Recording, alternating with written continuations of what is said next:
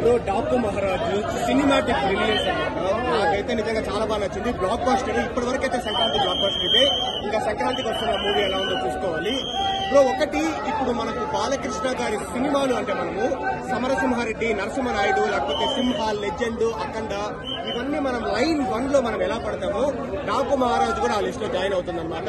అంటే చాలా కొత్తగా అంటే స్టోరీ లైన్ ఏమో మనకు బాలకృష్ణ గారి ప్రీవియస్ మూవీస్ లో ఉండే స్టోరీ లైన్ సిమిలర్ గా ఉన్నప్పటికీ ఎగ్జిక్యూషన్ అనేది చాలా బాగుంది అనమాట. వచ్చేసి ఆ సినిమాటోగ్రఫీ కావచ్చు, తమన్ గారి బీజిఎం కావచ్చు, అండ్ బాలకృష్ణ గారి పర్ఫార్మెన్స్, డైలాగ్ డెలివరీ నెక్స్ట్ లెవెల్లో ఉంది. అంటే ఈ డాకు మహారాజ్ సినిమాలో వచ్చేసి లార్జర్ దాన్ లైఫ్ హీరోయిజం ఉంటుంది, ఇంటెన్స్ యాక్షన్ ఉంటుంది, పవర్ ప్యాక్ డైలాగ్స్ ఉంటుంది, ఎలక్ట్రిఫైయింగ్ పర్ఫార్మెన్స్ బై బాలకృష్ణ గారు ఉంటుంది. And at the same time beautiful relationship అనమాట. లైక్ ఒక డాటర్ అంటే లైక్ ఎలా అంటే ఒక మేనమామ మేనకోట రిలేషన్షిప్ లాగా ఒక మంచి రిలేషన్షిప్ ఉంటుంది. సో ఓవరాల్ గా ఫస్ట్ హాఫ్ ఫ్యాన్స్ కోసము, second half fans plus family కోసము తీసిన మూవీ వచ్చేసి సో బాగుంది బ్రో. సెకండ్ హాఫ్ కూడా చాలా బాగుంది, ఫస్ట్ హాఫ్ అయితే నెక్స్ట్ లెవెల్. సో హ్యాపీగా వచ్చి చూడొచ్చు. ఇప్పటి వరకు అయితే గేమ్ చేంజర్ కంటే ఇది చాలా బెటర్ గా ఉంది.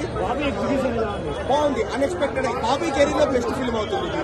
సో ఇంతకు ముందు వరకు వాల్టైర్ గిరయ్య ఉంది అనమాట. సో ఇప్పటి వరకు అయితే బాబీ కెరీర్ లో బెస్ట్ మూవీ ఏంటంటే డాకు మహారాజ్ అవుతుంది. And seriously